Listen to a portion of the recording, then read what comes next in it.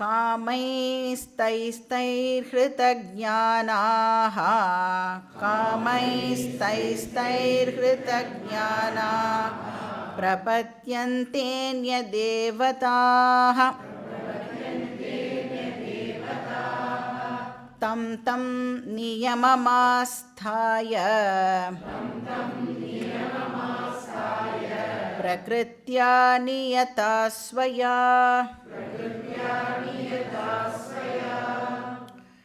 So இப்போ வந்து என்ன பண்ண போகிறார், அந்த பக்தி இருக்கு இல்லையா, 4 ஸ்டேஜஸ் ஆஃப் பக்தி பற்றி கிருஷ்ணர் நமக்கு சொன்னார்.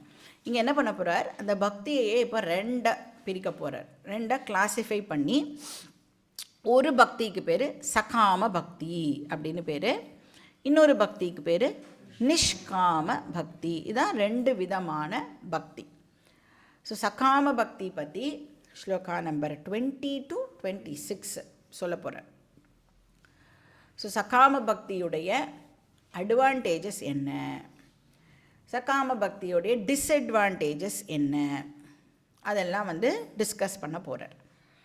அதுக்கப்புறம் ஸ்லோகா நம்பர் 27 to 30 வந்து நிஷ்காம பக்தி, அதோடைய அட்வான்டேஜஸ் என்ன அப்படிங்கிறதையும் சொல்லி ஒரு கம்பேர் அண்ட் கான்ட்ராஸ்ட் வந்து நாம் பார்க்கலாம்.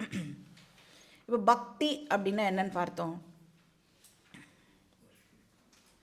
Devotion, worshipping God.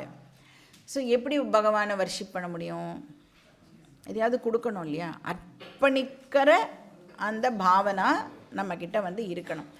So Bhavana எப்படி இருக்கணும், எதையாவது அர்ப்பணம் பண்ணணும். அதுக்கப்புறம் ஆக்ஷன் எப்படி இருக்கணும், பூஜிக்கிற ஆக்ஷனாக இருக்கணும். ஸோ அர்ப்பணிக்கிற பாவனா அண்ட் பூஜிக்கிற ஆக்ஷன், இது 2ம் சேர்ந்ததை தான் நாம் வந்து பக்தி அப்படின்னு சொல்கிறோம். So act of worship and attitude of devotion is called பக்தி.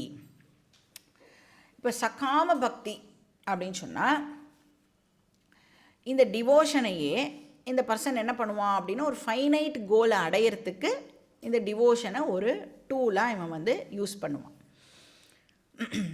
ஸோ ஃபைனைட் கோல்னால் தர்ம அர்த்த காம, இந்த 3த்தை அடையிறதுக்கு.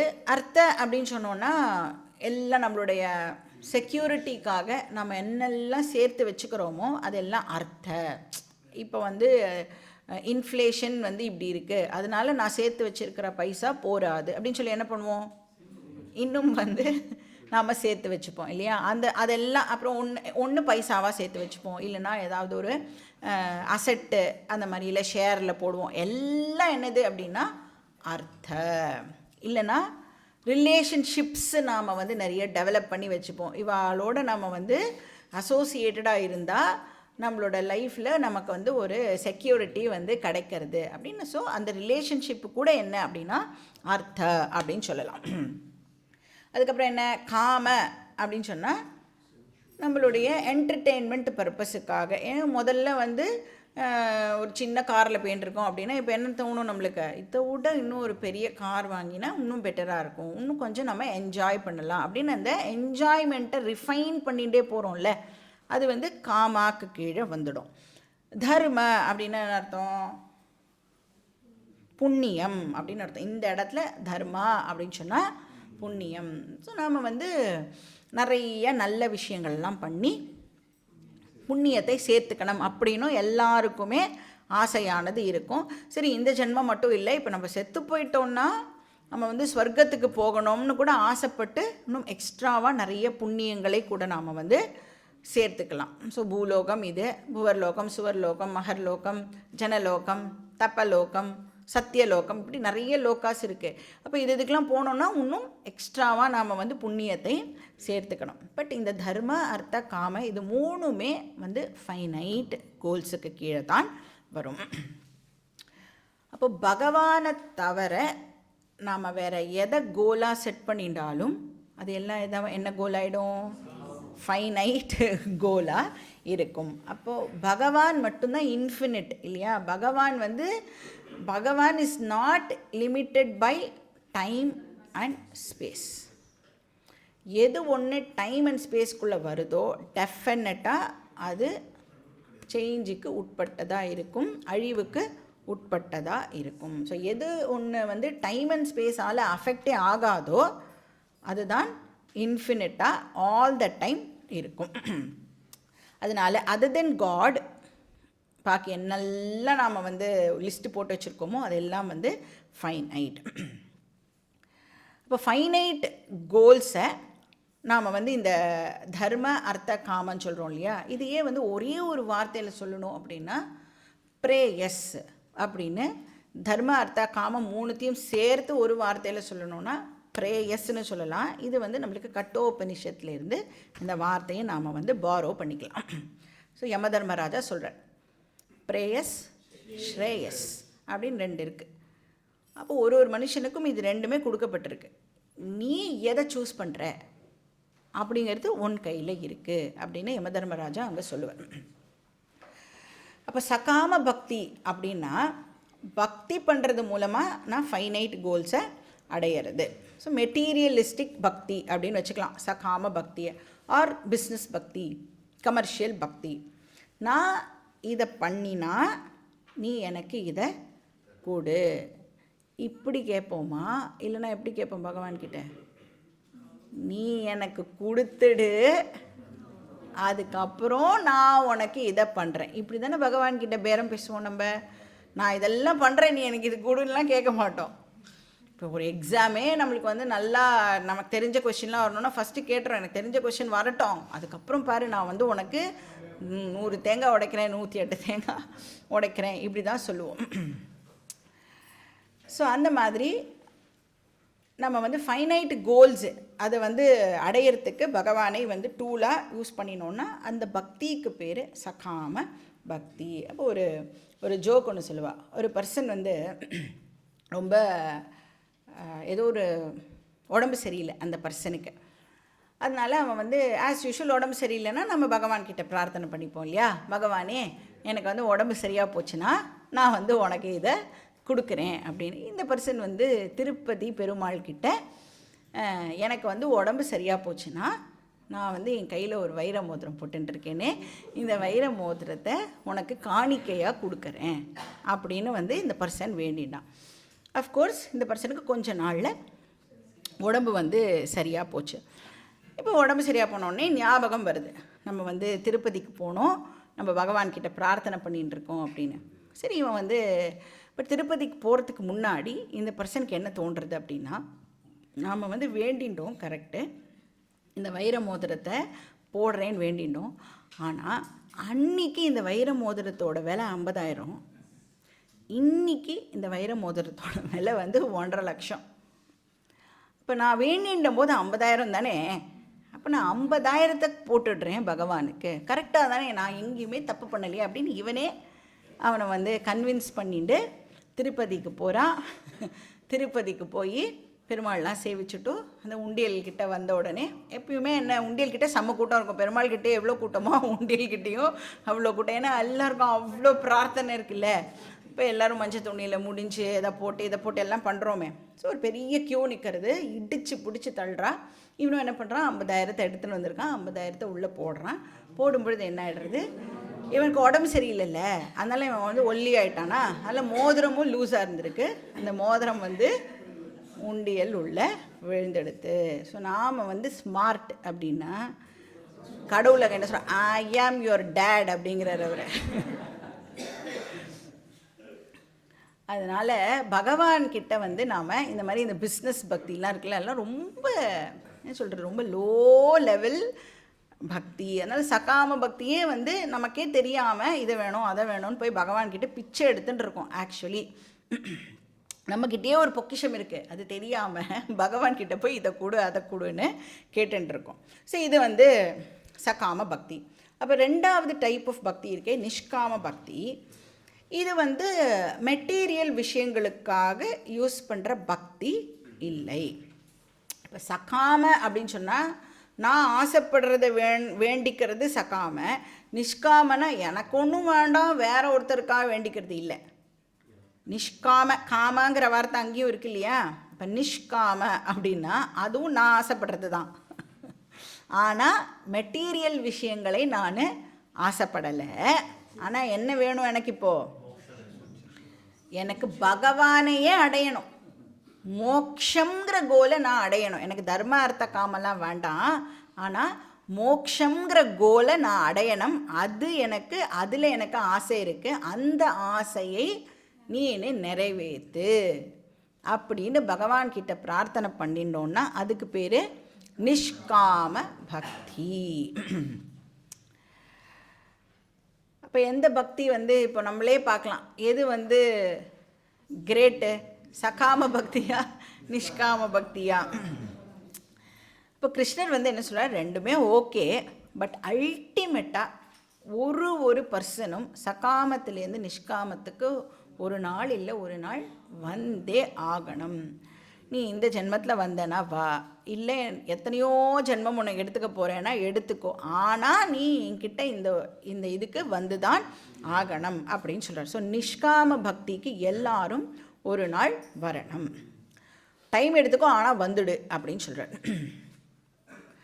ஸோ நிஷ்காம பக்தி வந்து சகாம பக்தியோட டெஃபினட்டாக சிறந்தது.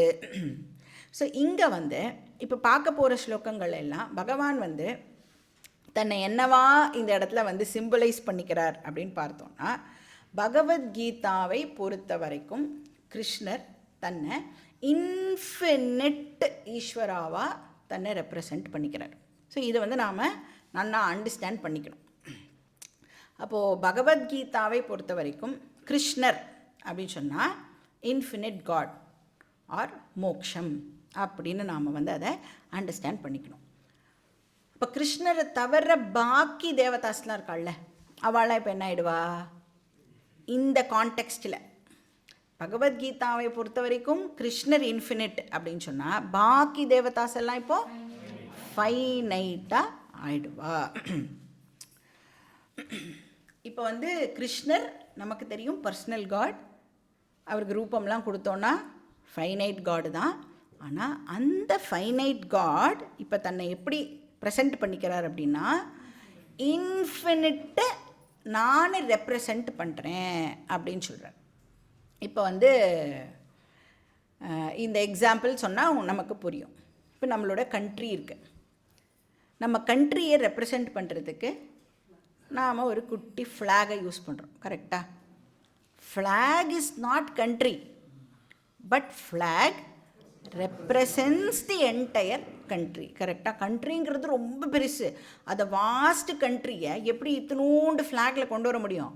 அப்போ நான் வந்து என் கண்ட்ரியை வர்ஷிப் பண்ணுறேன் அப்படின்னு சொன்னால், நான் காஷ்மீர்லேருந்து கன்னியாகுமரி வரைக்கும் நடந்து போய் பூ போட்டுட்டே நான் வந்து என்னோடய கண்ட்ரியை வர்ஷிப் பண்ணுறேன்னு சொல்லுவேன்னா, இல்லைனா அந்த ஃப்ளாக் இருக்குல்ல, அந்த ஃப்ளாகுக்கு மரியாதை செலுத்தினேன்னா என்ன அர்த்தம் ஆகிறது? என்டையர் கண்ட்ரியை நான் வந்து ரெஸ்பெக்ட் பண்ணுறேன்னு அர்த்தம் ஆகுது இல்லையா? அது மாதிரி கிருஷ்ணர் என்ன சொல்கிறார், கிருஷ்ணராகிய நான் அந்த இன்ஃபினிட் பிரம்மனை ரெப்ரசன்ட் பண்ணுறேன் அப்படின்னு சொல்கிறார். ஏன்னா நம்மளுக்கு இன்ஃபினிட்டை கன்சீவ் பண்ணுறது ரொம்ப டிஃபிகல்ட் இல்லையா? அப்போ நமக்கு ஏதோ ஒரு ஃபார்ம் வந்து நம்மளுக்கு தேவைப்படுறது. ஸோ கிருஷ்ணர் சொல்கிறார், என்ன அந்த மாதிரி இப்போது பாரு அப்படின்னு சொல்கிறார். ஸோ இப்போ இங்கே இந்த கான்டெக்ஸ்ட்டை பொறுத்த வரைக்கும் மற்ற தேவதாஸ் எல்லாம் என்ன ஆகிடுவா அப்படின்னா ஃபைனைட்டாக ஆகிடுவா. இப்போ வந்து சிவபுராணத்தை எடுத்துட்டேன்னு வச்சுக்கோங்களேன். சிவபுராணத்தில் யார் இன்ஃபினிட்டை ரெப்ரசன்ட் பண்ணுவா? சிவபெருமான் இன்ஃபினிட்டை ரெப்ரசன்ட் பண்ணுவார். பாக்கி தேவதாஸ்லாம் என்ன ஆகிடுவா? ஃபைனைட்டாக ஆகிடுவா. ஸோ புரியுறதா? இப்போ தேவி பாகவதம் அப்படின்னு எடுத்துட்டா தேவி தான் அங்கே ஹீரோ, எல்லாமே தேவி தான் இல்லையா? அப்போது தேவி என்டையர் விஷயத்தை வந்து ரெப்ரசன்ட் பண்ணுவா. என்ன சொல்லுவா? சிவா விஷ்ணு பிரம்மாலாமே தேவியினுடைய அம்சம் அப்படின்னு சொல்லிடுவா. இப்போ இதுலேருந்து என்ன தெரியறது? நாம் எந்த தேவதாவை வேணாலும் எடுத்துக்கலாம், எடுத்துட்டு அந்த இன்ஃபினிட்டை ரெப்ரசன்ட் பண்ணுறதுக்கு நாம் எந்த தேவதாவை வேணும்னாலும் யூஸ் பண்ணிக்கலாம். அப்போது அந்த டெய்ட்டி ஆஸ் சச் இன்ஃபினிட் கிடையாது, ஆனால் அந்த டெய்ட்டியை யூஸ் பண்ணி நாம் இன்ஃபினிட்டை வந்து ரெப்ரசன்ட் பண்ணிக்கிறோம். ஸோ இதை வந்து நாம் இங்கே வந்து டெஃபினட்டாக ஞாபகம் வச்சுக்கணும். ஏன்னா இந்த ஸ்லோகத்தில் பகவான் வந்து தன்னை எல்லாம் அப்படின்னு சொல்லும் பொழுது நிறைய பேர் என்ன நினச்சுன்றா, கிருஷ்ணர் ஆஸ் பர்சனல் காடு தான் எல்லாம் அப்படின்னு வந்து தப்பாக வந்து நினச்சிக்கிறான். இப்போ நம்மளோட இப்போ தேவதாஸ்லாம் எல்லா தேவதாஸும் இருக்கா இல்லையா? ஆக்சுவலி எல்லா தேவதாஸும் ஈக்குவல் தான். இது எப்படி பார்க்கலாம் அப்படின்னா, நம்மக்கிட்ட செக் புக் இருக்கும்ல, எல்லாருக்கிட்டே இருக்கா செக் புக்கு? இந்த செக் லீஃப்லாம் இருக்கும்ல, இல்லை எந்த செக் லீஃப் வேல்யூபிள்? எழுதாத வரைக்கும் எல்லா செக் லீஃபும் சமம். இப்போ நான் ஃபஸ்ட்டு லீஃபில் 100 rupees ஒன்லி வேறு போடணும் நம்ம, இல்லை எவ்வளோ ரூபா நம்மக்கிட்ட இருந்தாலும் ஒன்லி அப்படின்னு போட்டு தான் முடிக்கணும். அது 100 rupeesனு எழுதுகிறேன். செகண்ட் லீஃப் எடுத்து 1 lakh ஒன்லின்னு எழுதுகிறேன். இப்போ எந்த செக்கு வேல்யூபிள்? செகண்ட் செக் லீஃப் இப்போது வேல்யூபிள். அது மாதிரி இந்த பகவத்கீதாவில் இப்போ கிருஷ்ணர் வந்து தன்னை நான் தான் எல்லாத்தையும் ரெப்ரசன்ட் பண்ணுறேன் அப்படின்னு சொல்கிறார். டசன்ட் மீன் ஃபஸ்ட்டு லீஃபோ தேர்டு லீஃபோ வந்து இன்வேல்யூபிள் அப்படின்றதுலாம் கிடையாது. இந்த கான்டெக்ஸ்டில் அவர் தன்னை வந்து நான் எல்லாத்தையும் ரெப்ரசன்ட் பண்ணுறேன் அப்படிங்கிறதை இங்கே நமக்கு தெரிவிக்கிறார். ஸோ இங்கே வந்து பாக்கி தேவதாஸ் எல்லாம் அவளால் என்ன பண்ண முடியுமா அப்படின்னா, ஃபைனைட் கோல்ஸை தான் பாக்கி தேவதாஸ்னால் கொடுக்க முடியும். என்னால் தான் இன்ஃபினிட் கோலை இது பண்ண முடியும் அப்படிங்கிற மாதிரி கிருஷ்ணர் வந்து இங்கே ப்ரெசண்ட் பண்ணுறார். ஸோ நிஷ்காம பக்தி அப்படின்னு சொன்னால், அந்த மோக்ஷம் அப்படிங்கிற கோலை அடையிறதுக்கு நாம் பகவான் மேலே பக்தி செலுத்தினோன்னா, பகவானை ஹெல்ப் கேட்டோன்னா அதுக்கு பேர் நிஷ்காம பக்தி. என்ன சொல்கிறார்? தைஹி காமைஹி. ஸோ டிஃப்ரெண்ட் டிசையர்ஸோட, காமான டிசையர். சில பக்தர்கள் இருப்பா, அவளுக்கு வந்து ஃபைனைட் கோல்ஸில் தான் இன்ட்ரெஸ்ட் இருக்கும் இல்லையா? இப்போ காமைஹி அப்படின்னா தர்ம அர்த்த காம, அந்த விஷயத்தில் தான் அவளுக்கு இன்ட்ரெஸ்ட் இருக்கும். ஸோ வெல்த் வேணும், இல்லைனா என்டர்டெயின்மெண்ட் வேணும், இல்லைனா எனக்கு புண்ணியம் வேணும் அப்படின்னு அவள் கேட்குறான். ஸோ அவள் என்ன பண்ணுறாளாம்? அதெல்லாம் அடையணும் அப்படிங்கிறதுனால அந்த தேவதாவை அவள் வந்து வர்ஷிப் பண்ணுறா. ஸோ என்னது? அந்நிய தேவதா பிரபத்தியந்தே அப்படின்னு சொல்கிறார். இப்போ கிருஷ்ணர் இங்கே ஒரு ஒரு ஒரு தேவதாவை எடுத்துக்கணும். பாக்கி தேவதாஸ் எல்லாம் இப்போ என்ன ஆகிடுறான்னா அந்நிய தேவதா அப்படின்னு சொல்கிறார். ஸோ அந்நிய தேவதா பிரபத்தியந்தே அப்படின்னா ஃபைனைட் டைட்டிஸை அவள் வந்து வர்ஷிப் பண்ணுறா. அப்போ ஒவ்வொரு ஃபைனைட் டைட்டியாலையும் என்ன கொடுக்க முடியும்?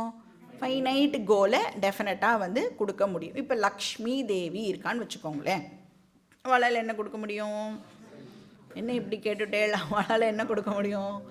பணத்தை அவளால் வந்து கொடுக்க முடியும், வெல்த்தை கொடுக்க முடியும். இப்போ தன்வந்திரி, அவரால் என்ன கொடுக்க முடியும்? நமக்கு ஹெல்த்தை கொடுக்க முடியும். இப்போ சூரிய தேவதா என்ன கொடுக்க முடியும்? நல்ல ஐசைட்டை சூரியனால் வந்து நமக்கு கொடுக்க முடியும். இப்போது விநாயகர், அவர் என்ன பண்ணுவார்? எல்லா விக்னங்களிலிருந்தும் நம்மளை வந்து காப்பாற்றுவார் இல்லையா? அப்போ சகாம பக்தன் என்ன பண்ணுறான் அப்படின்னா, இந்த அந்நிய தேவதாஸ்கிட்டெல்லாம் போய் எனக்கு இதை கொடு அதை கொடு அப்படின்னு கேட்டு அதை வந்து அவன் நிறைவேற்றிக்கிறான். பிரபத்தியந்தே அந்நிய தேவதா. அவனுக்கு வந்து தீவிர ஆசை இருக்கான் எது மேலலாமோ, அதனால அவன் பாக்கி தேவதாஸ்கிட்ட போய் பிரபத்தியந்தேனா அவளை வர்ஷிப் பண்ணி அவன் வேணுங்கிறதை அடையிறான். இப்போ இந்த ஆசைனால் என்ன ஆகிறது அப்படின்னா ஹிருதஜானாகா. ஸோ அவனுக்கு வந்து ஹிருதஜானாகா அப்படின்னு சொன்னால் அவனுக்கு பிரித்து பார்க்குற சக்தி கம்மியாக இருக்குது, டிஸ்கிரிமினேட்டிவ் பவர் வந்து அவனுக்கு இல்லை அப்படின்னு சொல்கிறார். So confused people. So finite goal வேணும் அப்படின்னு அவன் ஆசைப்படுறான். ஆனால் அவன் என்ன நினைக்கிறான்? இதை அடைஞ்சால் எனக்கு இன்ஃபினிட் ஹாப்பினஸ்ஸு என் கூடவே இருக்கும்னு அவன் வந்து தப்பான ஐடியாவோட ஃபைனைட் கோல் கிட்ட போகிறான். பட் அவனுக்கு தெரியல, டெம்பரரியாக தான் அந்த ஹாப்பினஸ் அவன்கிட்ட இருக்க போகிறது அப்படின்னு. ஸோ ஹிருதஜானாக அப்படின்னு சொன்னால் ஷார்ட் சைட்டட் பீப்புள் அப்படின்னு எடுத்துக்கலாம். கொஞ்சம் யோசிச்சா கூட தெரியும் அந்த ஆனந்தம் கொஞ்சம் நேரத்துக்கு தான் இருக்க போகிறது, போயிடும் அப்படின்னு அவன் அதை யோசிக்கிறது இல்லை. ஸோ மந்த புத்தி இருக்கிற ஒரு பர்சன் எடுத்துக்கலாம். அதனால இவன் என்ன பண்ணுறான்? அந்நிய தேவதா பிரபத்தியந்தே. ஸோ சகாம பக்தன் இவன். ஒன்ஸ் நாம் வந்து ஃபைனைட் கோல்ஸை வந்து சீக் பண்ணுறோன்னு வச்சுக்கோங்களேன், எனக்கு இது வேணும் அது வேணும் அப்படின்னு, அதுவும் வந்து பகவான் மூலமாக அதை அடையணும் அப்படின்னு இப்போ நம்ம இறங்கிட்டோம் அப்படின்னா என்ன பண்ணி ஆகணும்? ஒரு தேவதாக்கும் ஒரு நியத்தி இருக்கும். இப்படித்தான் அந்த தேவதாவை நாம் வர்ஷிப் பண்ணணும் அப்படின்னு சில நியமங்கள் அந்தந்த தேவதாஸ்க்கு கொடுக்கப்பட்டிருக்கு. அந்த கண்டிஷன்ஸை எல்லாம் இப்போ நாம் ஃபாலோ பண்ணி ஆகணும். இப்போ வந்து இந்த கோவிலுக்கெலாம் போவால, மாங்காடு கோவிலுக்கெலாம் போனால் எவ்வளோ 6 வாரம் வேண்டிப்பா, 7 வாரம் வேண்டிப்பா. ஸோ ஒரு வாரம் ஒரு எலுமிச்சம்பழம் எடுத்துன்னு போகணும். அதுக்கப்புறம் எல்லாம் முடிஞ்சதுக்கப்புறமா எல்லாருக்கும் பால் கொடுக்கணும். ஸோ இந்த மாதிரி ஒரு செட் ஆஃப் ரூல்ஸ் எல்லாம் இருக்குல்ல, அந்த ரூல் எல்லாம் நாம் ஃபாலோ பண்ணி ஆகணும். ஸோ இந்த தேவதாக்கு இப்படி தான் பண்ணணும்னா அந்த தேவதாக்கு அப்படி தான் நாம் பண்ணணும். தம் நியமமாஸ்தாய. ஸோ அந்த நியமத்தை கடைப்பிடிக்கிறது மூலமாக, அந்த ரூல்ஸை ஃபாலோ பண்ணுறது மூலமாக, ஸோ பிரார்த்தனை நிறைவேறணும் அப்படின்னு சொன்னால் அந்த ரூல்ஸ் எல்லாம் நாம் இப்போது ஃபாலோ பண்ணணும். ஸோ தம் அப்படின்னா அந்த தேவதாஸுக்கு. சரி, எதுக்கு இதெல்லாம் பண்ணுறான்? பிரகிருத்தியா நியதா ஸ்வயா. எதுக்கு பண்ணுறான் அப்படின்னா அவனுக்கு ஒரு கோல் இருக்குது இல்லையா? எதனால் அந்த கோல் ஏற்பட்டது அப்படின்னா அவனுடைய ராகத்வேஷத்தை பேஸ் பண்ணி அவன் வந்து எனக்கு இது வேணும் அது வேணும்னு கேட்குறான். ராகத்வேஷம்னா என்னது? Likes and dislikes. ஒன்று வந்து எனக்கு இது வேணும்னு கேட்பான், இல்லைன்னா என்ன பிரார்த்தனை பண்ணுவோம்? இது என்னை விட்டு போனால் போகிறோம் அப்படின்னு பகவான்கிட்ட நாம் பிரார்த்தனை பண்ணுவோம். ஸோ அது எதை பேஸ் பண்ணியிருக்கு? லைக்ஸ் அண்ட் டிஸ்லைக்ஸை பேஸ் பண்ணி அவனுடைய கோல் வந்து செட் பண்ணிக்கிறான். அந்த கோலை வந்து அடையிறதுக்கு அந்நிய தேவதா கிட்ட போகிறான். அதையும் அந்த தேவதாக்கு என்னென்ன நியமங்களோ அதை வந்து அவன் ஃபாலோ பண்ணி அந்த கோலை அவன் அடையிறான் அப்படின்னு இந்த ஸ்லோகம் சொல்கிறது.